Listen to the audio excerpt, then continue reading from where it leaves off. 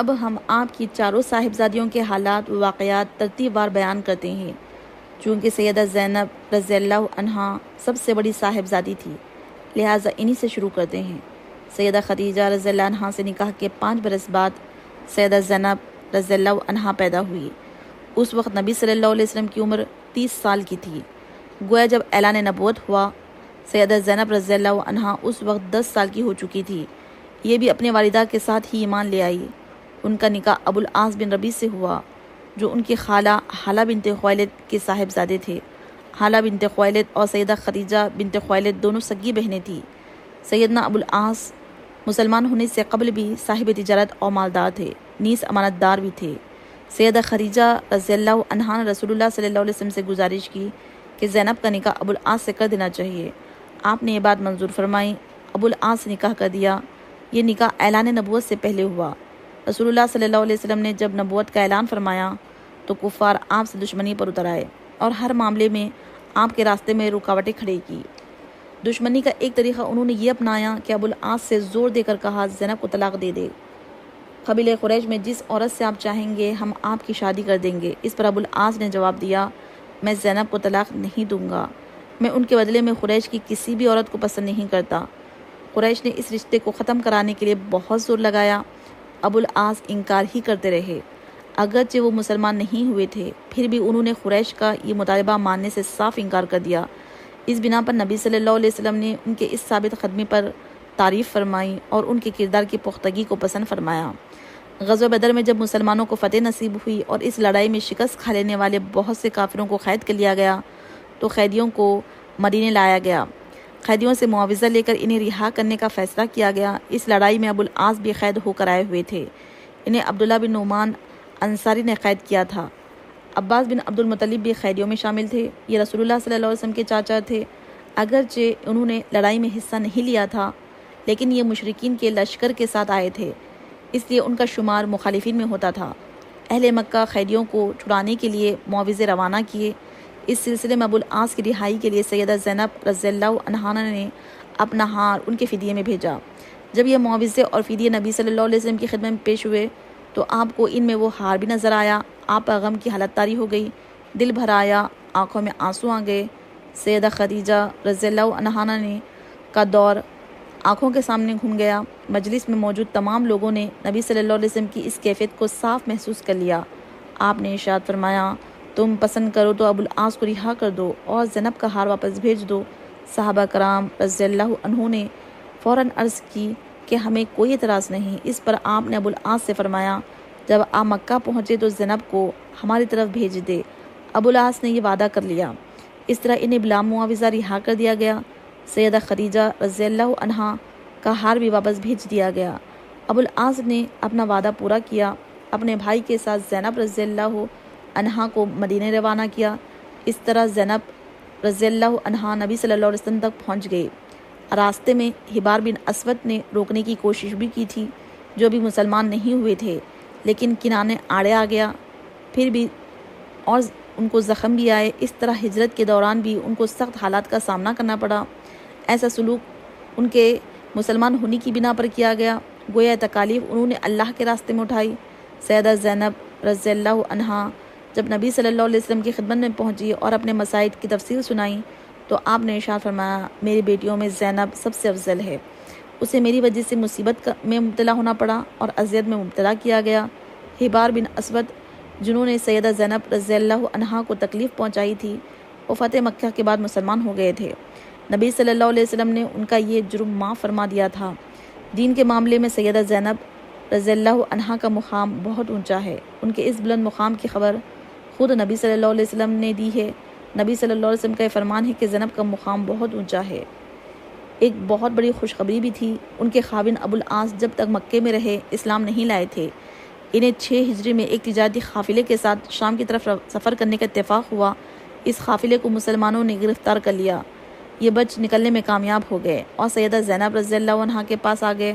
انہوں نے انہیں پناہ بھی دی۔ یہ نبی صلی اللہ علیہ وسلم کی خدمت میں حاضر ہوئے اور اسلام لے آئے۔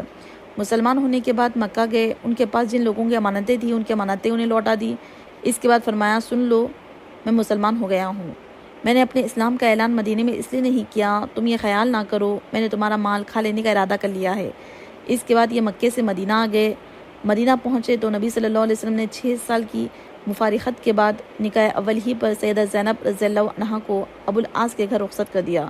سیدہ زینب رضی اللہ عنہا کے ہاں ابو العاص رضی اللہ عنہ سے ایک لڑکا اور ایک لڑکی پیدا ہوئے۔ لڑکے کا نام علی اور لڑکی کا نام امامہ رکھا گیا۔